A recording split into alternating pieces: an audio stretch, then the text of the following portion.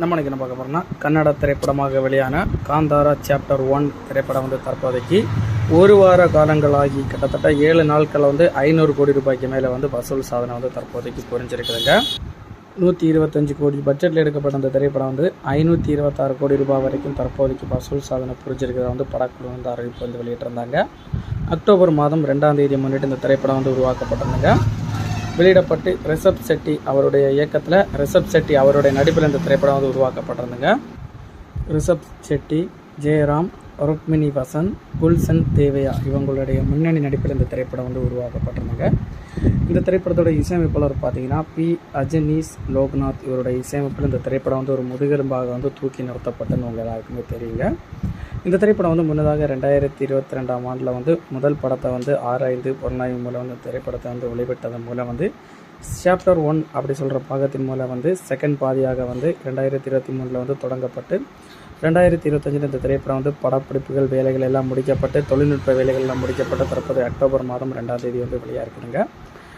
கர்நாடகாவில் நடக்கப்பட்ட ஒரு உண்மையான ஒரு கடவுள் பக்தியை மையமாக வச்சு தாங்க இந்த திரைப்படத்தை மையமாக எடுத்திருக்காங்க. அதாவது மெயினாக நீங்கள் பார்த்தீங்கன்னா மலைவாழ் மக்களுடைய கடவுளை மையமாக வச்சு தான் திரைப்படத்தை வடிவமைச்சிருக்காங்க. அதுவும் உங்களை எல்லாருக்குமே தெரியும். என்ன சொல்ல வரேன்னா, நீங்கள் மலைவாழ் மக்களை நம்ம அவமதிக்கிற மாதிரி யாருமே பேசக்கூடாது. அவங்களுடைய குலதெய்வங்கள் இப்படி இருக்குது, அந்த குலதெய்வத்தை யாரெல்லாம் தப்பாக பேசுகிறாங்களுக்கோ அவங்களுக்கு என்னெல்லாம் நிகழ்தோ அந்த மாதிரிப்பட்ட கான்செப்டை மையமாக வச்சு தான் அவங்க முதல் பாகமும் இந்த பாகமும் எடுத்திருக்காங்க. மொத்தத்தில் பார்த்தீங்கன்னா இந்த பாகத்தோட இந்த திரைப்படத்தை முடிச்சிருந்தா இன்னும் ரொம்பவே நல்லா இருக்குங்க. ஏன்னு நீங்கள் பார்த்தீங்கன்னா கடவுள் அப்படி சொல்கிற இதில் முக்கியமான ஒரு மைய கருத்தை இந்த திரைப்படத்தை நம்ம எடுத்து முடிச்சிட்டோம். இன்னும் இதை தாண்டி இனிமேல் நம்ம போனோன்னா உண்மையான ஒரு கதைத்தளத்தை நம்ம முதல் பாகத்தில் இந்த சாப்டர் 1 நம்ம பார்த்துருக்குறோம். ஆனால் இனிமேல் நீங்கள் போனீங்கன்னா நம்மளுடைய கற்பனை கலந்த உண்மை சம்பவத்தை மட்டும்தாங்க எடுக்க முடியும். அதனால் கிராஃபிக்ஸ் சம்மந்தப்பட்ட கற்பனைகள் அதிகமாக இருக்கும். இது உண்மையாக வழிபடுற கான்செப்டில் எடுக்கப்பட்டனால மக்கள் ரீதியில் அதிகமாக பகிரப்பட்டு நல்ல ரீதியில் ரெஸ்பான்ஸ் கிடைக்கப்பட்டிருக்கு.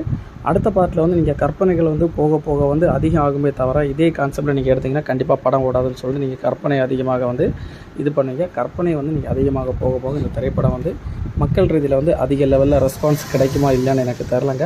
அதனால் காந்தாரா திரைப்படத்தை இந்த சாப்டரோட முடிச்சிருந்தா ரொம்பவுமே நல்லா இருந்திருக்கும். காந்தாரா 2ன்னு சொல்லிட்டு இந்த திரைப்படத்தை முடிச்சிருக்கா. நம்ம பாயிண்ட் ஆஃப் வியூவில் இந்த திரைப்படம் ரொம்ப ரீதியில் ரெஸ்பான்ஸ் கிடச்சிருக்குன்னு எல்லாருக்குமே சொல்லியிருக்காங்க.